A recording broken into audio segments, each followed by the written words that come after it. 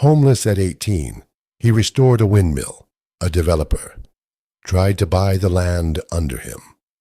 Dallas Kerrigan aged out of the foster system on his 18th birthday with a manila folder of his own paperwork, a duffel bag of clothes that didn't all fit properly, and a caseworker who wished him luck in a tone that told him plainly she'd said the same words to enough kids before him that they no longer meant much of anything at all. He had moved through 7 placements in 12 years, none of them cruel exactly, none of them anything he'd call home either, and he walked out of the group home that had been his last address with the particular hollow calm of someone who had learned young never to expect the door to stay open behind him. The state's transition stipend lasted him barely 5 weeks. After that, Dallas learned quickly what every kid who aged out before him apparently already knew, that 18 was not, in any practical sense, an age the world considered you ready for, only an age at which it stopped pretending it owed you anything further. He took whatever work he could find in the towns he passed through, mostly day labor paid in cash, and slept in more bus stations and church basements over 3 weeks than he cared to count, carrying with him from 12 years of foster care nothing but a small canvas bag of hand tools a foster father in his 4th placement had once given him and never asked back for.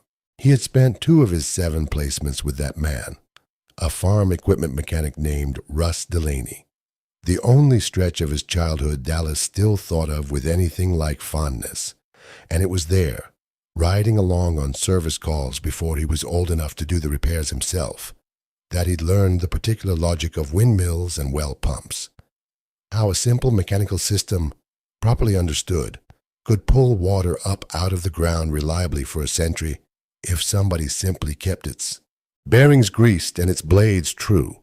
He had been walking for the better part of 3 weeks when he reached the edge of Harmon Flat, a stretch of dry range country where the land climbed in slow, dusty folds toward hills he couldn't yet see the top of. And it was on his 2nd afternoon inside the county that he spotted it from the county road, a steel-bladed windmill, its wheel frozen mid-turn atop a weathered lattice tower, standing over what had once been a homestead, the house itself long collapsed into a low mound of gray boards, but the windmill and the stock tank beneath it still standing, stubborn against decades of weather. A sign nailed to a fence post nearby read, "Pratt Homestead, County Tax Parcel 2216, and beneath it, a newer sign, glossier and clearly professionally printed, read Pending Sale, Apex Land Ventures. Dallas climbed through the sagging fence wire anyway, the way he'd learned to do with every closed gate in 18 years of being told which doors weren't his to open. He climbed the tower's steel legs slowly, testing each cross-brace before trusting his full weight to it, until he reached the small platform just below the wheel itself, where he could look out over the whole flat spreading dry and pale gold toward hills still hazy with distance. The wheel's blades, up close, showed the specific wear pattern of decades of wind rather than any single catastrophic failure. Bent, pitted, one section cracked clean through, but the tower itself, the gearbox housing, the pump rod descending into the dark of the well below, all of it struck him as fundamentally sound, in the way a machine is sound when it has simply been left alone rather than actually broken. He did not have a plan yet beyond understanding what he was looking at. In 3 weeks on the road, he had learned that was usually plan enough to start with. The nearest town, a scatter of buildings 8 miles down the county road, gave him his first real sense of what the old homestead meant to the people who still lived nearby. "That well's been the deepest reliable water on this whole flat since before my grandfather's time," said a broad-shouldered rancher named Otis Vance, who ran cattle on the section adjoining the old Pratt place, and had come into the feed store the same morning Dallas was asking around for day work. Josiah Pratt dug that well and put up that windmill back in 1909, and near every ranch on this flat has watered stock out of the overflow tank in a dry year at one time or another, counties finally selling the parcel for back taxes and some outfit out of the cities bought it up cheap for a housing development. Anybody know what happens to the water rights once the sale closes? Dallas asked. Otis studied him a moment. Why the interest? No reason, Dallas said, which was, as it seemed to be for anyone answering that particular question in any town exactly like this one, a lie. Otis Vance, as Dallas learned over his first several days in the area, had been trying without much success to get a straight answer out of the county about what would happen to the informal water-sharing arrangement that had existed on the Pratt Well for over a century, once Apex Land Ventures took formal title to the parcel. Nobody ever wrote it down properly, Otis said on Dallas's third visit to the feed store. It was just understood, generation to generation, that any rancher on this flat could water stock at the Pratt tank in a dry year, same as Josiah Pratt himself always allowed. Counties never treated it as an actual legal water right, because nobody ever filed the paperwork that would have made it one. That's exactly the kind of gap an outfit looking to acquire cheap land and clear it fast tends to find useful. Otis started driving out to the homestead most evenings after his own ranch work was done. At first, simply to watch Dallas's progress with the wary skepticism of a man who'd been disappointed by promises before, and later, as the weeks passed, bringing tools and spare parts from his own barn that Dallas needed and couldn't yet afford. Wasn't using half of this anyway, Otis would say, setting down a coil of wire or a box of bearings, in a tone Dallas was slowly learning meant considerably more than the words themselves let on. The mockery, when it came mostly from a couple of ranch hands who drank their coffee at the feed store counter each morning, one of whom made a point of asking, loud enough for Dallas to hear across the room, whether the kid squatting on dead Pratt's land understood the whole parcel already belonged to a developer, with lawyers considerably better than anything he could scrape together. Dallas said nothing to that, because he had learned across 18 years of exactly this kind of comment from exactly this kind of person, that defending yourself to people who had already decided what you were rarely changed anything except your own dignity. The woman who ran the diner beside the feed store was gentler, if no more encouraging, telling him over his first cup of coffee that a boy his age ought to be thinking about steady work in town rather than fixing up a dead man's windmill on land that already belonged, on paper at least, to somebody else entirely. Dallas didn't argue that point either. He had learned, in 18 years of exactly this kind of well-meaning caution, that most people offering it weren't actually asking him to explain himself. They simply wanted permission to stop wondering about the stranger drinking coffee at their counter, and silence usually granted that faster than any honest answer could. Dallas spent his first full week at the windmill doing the only thing he knew how to do with what little he had. He looked at what was actually broken and started fixing it. The wheel's main bearing had seized solid with decades of dried grease and rust, exactly the kind of failure he'd seen Russ Delaney free a dozen times on service calls years earlier, and Dallas worked penetrating oil into the bearing housing a little at a time over 3 days, letting patience do the work rather than forcing a mechanism that had earned the right not to be forced.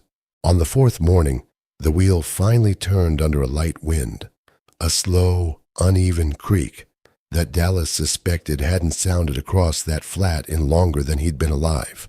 The wheel's blade assembly needed more work than the bearing had. Several of the steel blades had bent or cracked over the decades, and Dallas straightened what he could with a length of pipe as leverage, and replaced the worst of them with salvaged blades he found, remarkably intact, in a collapsed equipment shed near the ruined Homestead house, work that took the better part of a week to true up properly against the wheel's original balance. The pump rod running down the tower's center to the well below had rusted at several joints, and Dallas spent 2 full days working each connection loose with oil and patience, replacing worn leathers in the pump cylinder itself with a rebuild kit he bought with his first week's odd-job wages, until the whole mechanism moved freely from the wheel's rotation all the way down to the cylinder far below the ground. The tower's own legs had settled unevenly over the decades. One corner sunk enough that the whole structure carried a slight but real lean, invisible, unless a person knew to sight along the tower's center line against the horizon. Dallas spent the better part of a day jacking the low corner back level a fraction at a time, packing the footing with fresh concrete he mixed by hand, checking his work against a level borrowed from Otis after every adjustment, until the tower stood true again for the first time, he suspected, since some time before Josiah Pratt himself had died.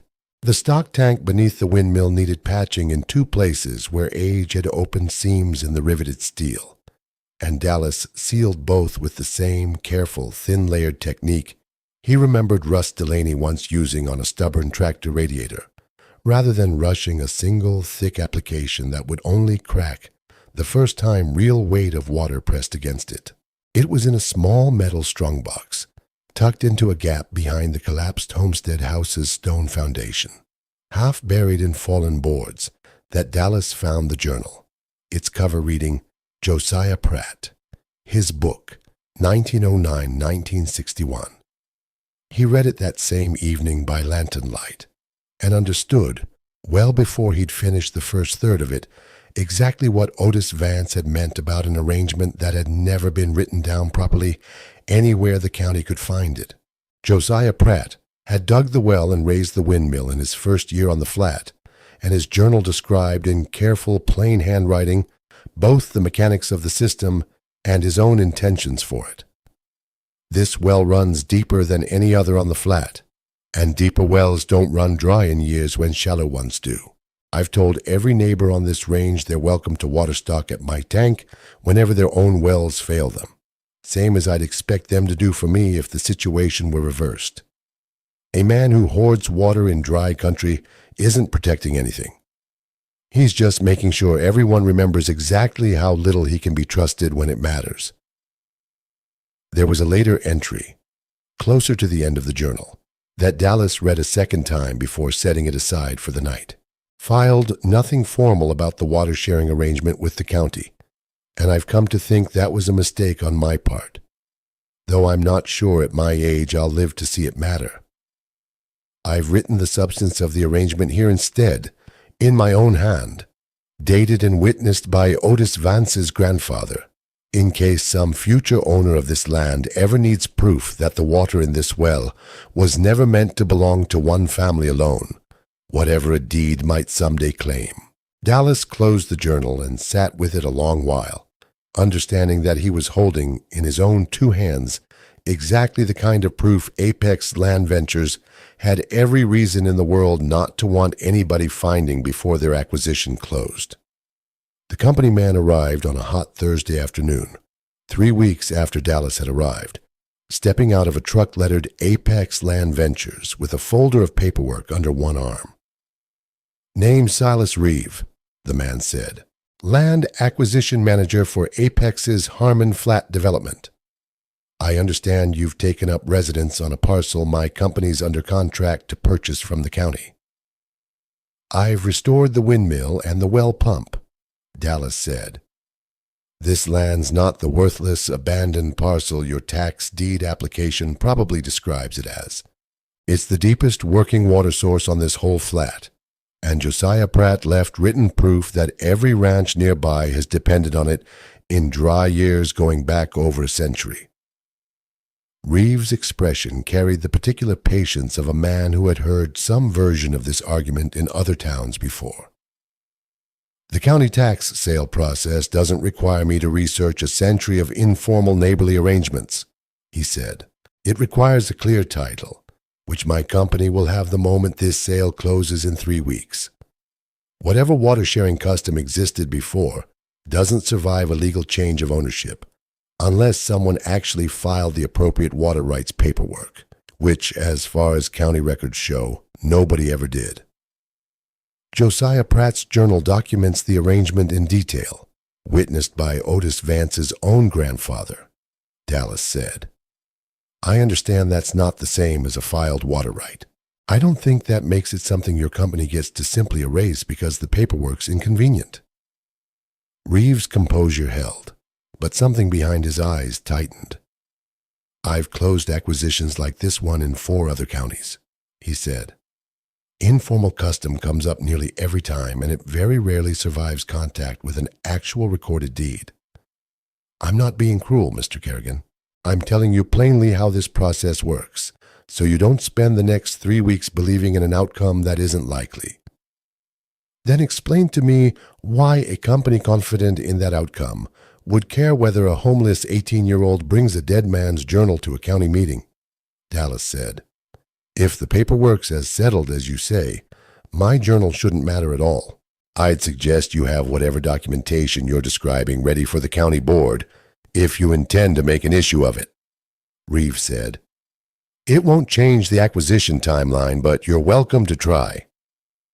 He got back in his truck without waiting for a response, and Dallas stood at the base of the windmill a long while afterward, understanding that 3 weeks was considerably less time than he needed to turn a dead man's journal into something a county board would actually act on.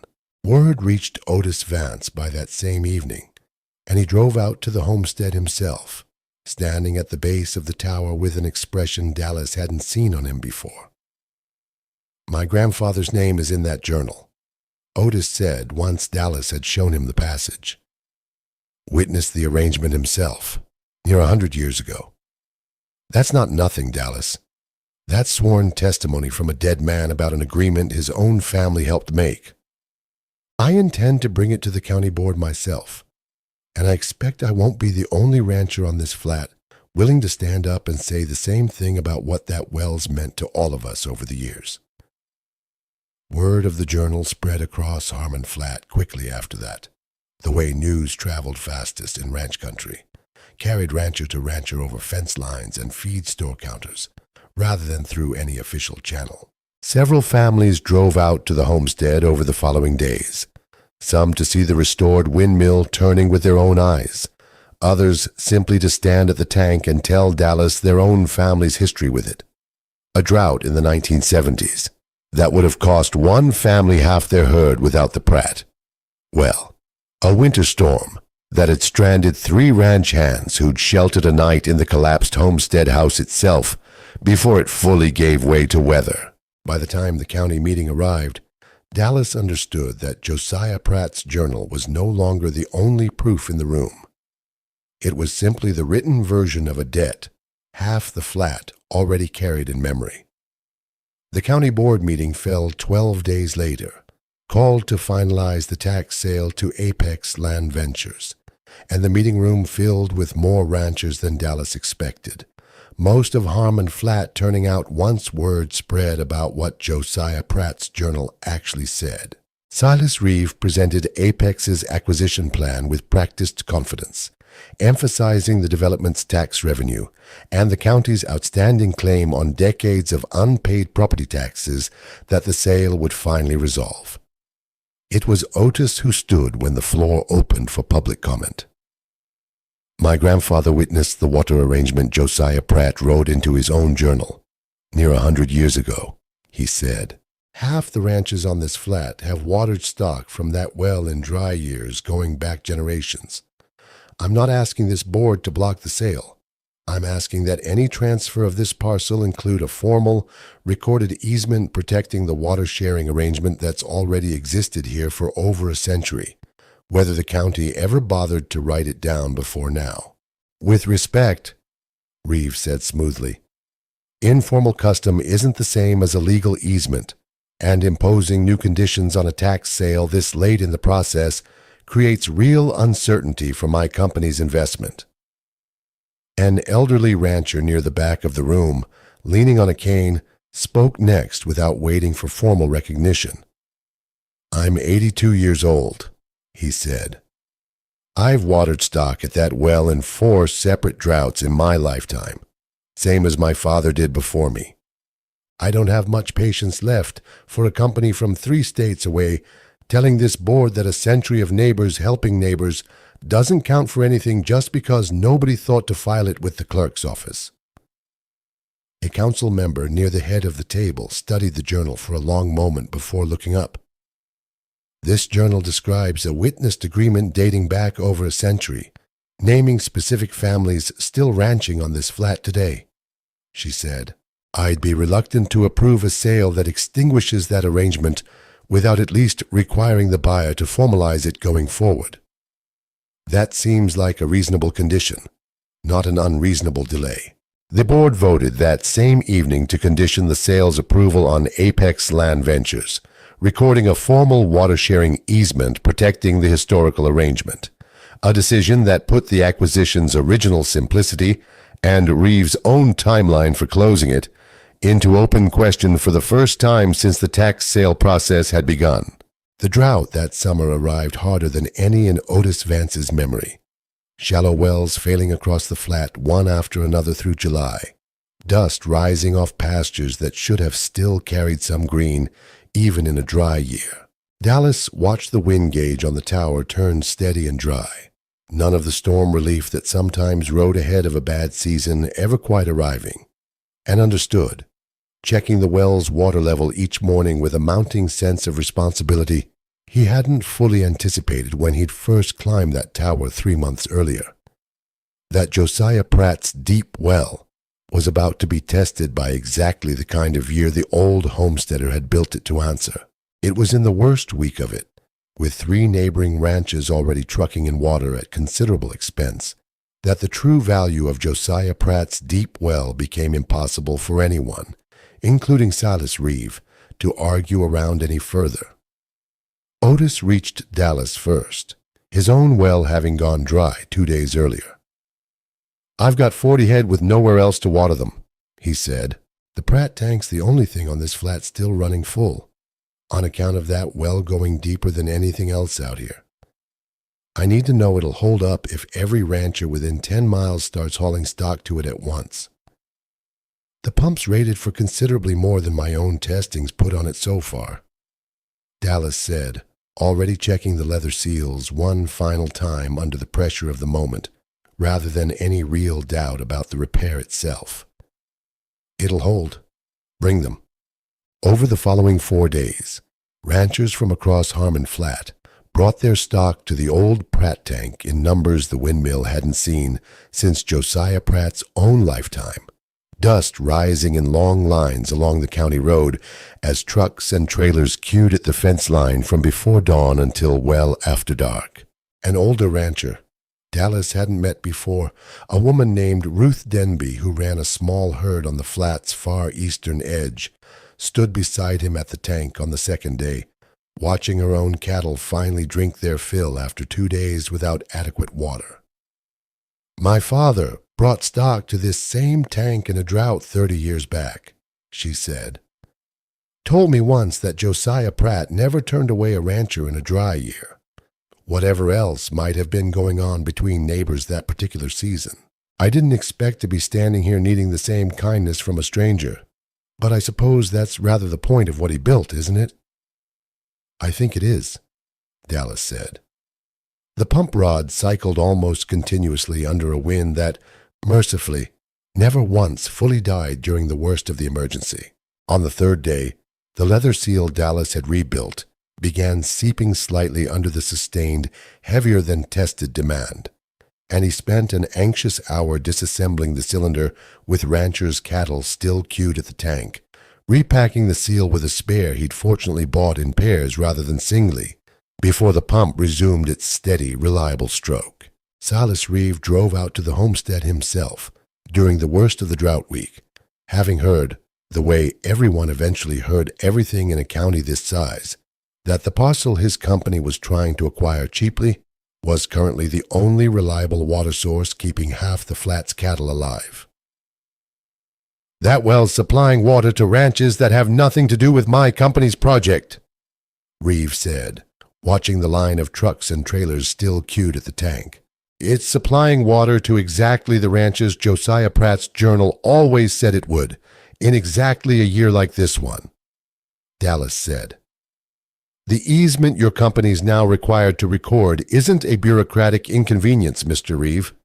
It's the entire reason this land has ever been worth anything to anyone besides the person who happens to hold the deed."